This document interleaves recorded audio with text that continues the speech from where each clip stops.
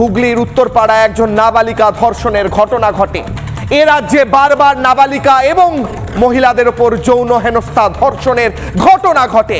তৃণমূল নেতা কর্মীরা যুক্ত থাকে, কিন্তু তারপরে কি হয়? আবার এরকম একটা ঘটনা ঘটে। পুলিশ কি ভেরেন্ডা ভাজে? পুলিশ কি ঢেঁড়স খায়? কি বলছেন আইনজীবী? যে আইনজীবী অভিযোগ করছেন যে পুলিশ তদন্তে গাফিলতি করছে, তার মুখ থেকে শুনুন আজ।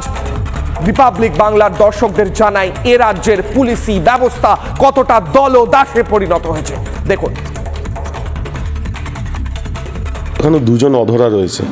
আর অগ্রগতি বলতে গেলে আমি সন্তোষজনক মনে করছি না।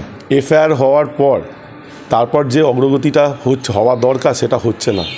সময় মতো মালপত্র সিজ হচ্ছে না, জায়গা থেকে কোনো রকম কি এভিডেন্স কালেক্ট হচ্ছে সেটারও কোনো খবর আমাদেরকে পাচ্ছি না। এত দেরি করে করে কোর্টে নিয়ে যাওয়া হচ্ছে যে এখনও অবধি নির্যাতিতার গোপন জবানবন্দি অবধি হয়ে ওঠেনি ম্যাজিস্ট্রেটের কাছে। সমস্ত কিছুতে পুলিশের তো অগ্রগতিই পাচ্ছি না। যে যার প্রতি অভিযোগ উঠেছে সেই তো ডাইরেক্ট চলে যাচ্ছে আমাদের কল্যাণ ব্যানার্জির কাছে। তো বুঝতেই পারছি না যে এখানে কিভাবে তদন্তটা এগোচ্ছে, কোন অদৃশ্য শক্তি এই জিনিসটাকে এত লেট করাচ্ছে। আমি যথেষ্ট সন্দিহান একটা আইনজীবী হয়ে, এবং যদি প্রয়োজন হয় তাহলে আমাদেরকে স্মৃতি ইরানির কাছে, যিনি আমাদের শিশু সুরক্ষা মন্ত্রী আছে সেন্ট্রালে, তার কাছে প্রয়োজনে যেতে হবে। কারণ আসামি যদি চলে যায় কল্যাণ ব্যানার্জির কাছে, তাহলে আমরা কার কাছে যাব? নির্যাতিতার আইনজীবী বলছেন কোন অদৃশ্য শক্তির কারণে পুলিশি তদন্তে গাফিলতি হচ্ছে। বাংলার মানুষ বলছেন ওই অদৃশ্য শক্তি সঠিকভাবেই অদৃশ্য নয়, একদম দৃশ্য, চোখের সামনে রয়েছে।